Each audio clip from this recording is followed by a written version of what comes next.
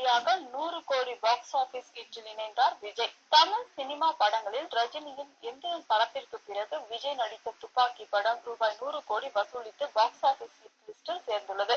Kalaipuli S தானு தயாரிப்பில் AR Murugadoss இயக்கத்தில் விஜய், காஜல் அகர்வால், ஜெயராம், சத்யன், வித்யுத் ஜம்வால் உள்ளிட்ட பல நடிப்பில் வெளியான படம் துப்பாக்கி. படம் ரிலீஸ் ஆவதற்கு முன்பே புகைப்பிடிக்கும் காட்சிக்கு பிரச்சனை, தலைப்பு பிரச்சனை, பல பிரச்சனைகள் சந்தித்து கடைசியாக தீபாவளிக்கு ரிலீஸ் ஆனது துப்பாக்கி படம். பொதுவாக விஜய் படம் என்றாலே ஒருவித எதிர்பார்ப்பு இருக்கும்.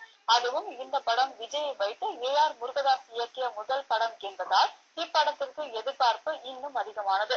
எதிர்பார்த்தபடியே துப்பாக்கி படமும் ரிலீஸ் ஆகி வசூல் ரீதியாக சாதனை படைத்துக் கொண்டிருக்கிறது. ரிலீஸ் ஆன முதல் வாரத்தில் மட்டும் சுமார் 50 கோடி வசூலை அள்ளிய இப்படம் இப்போது 100 கோடி வசூல் லிஸ்டில் சேர்ந்து சாதனை படைத்திருக்கிறது.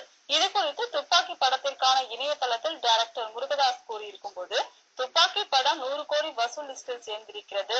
10 நாளில் இந்த வசூல் சாதனையை எட்டியுள்ளது. இதன் மூலம் இந்த பாக்ஸ் ஆபீஸ் ஹிட்டில் சேரும் 2வது தமிழ் படம் துப்பாக்கி என்று குறிப்பிட்டிருக்கிறார்.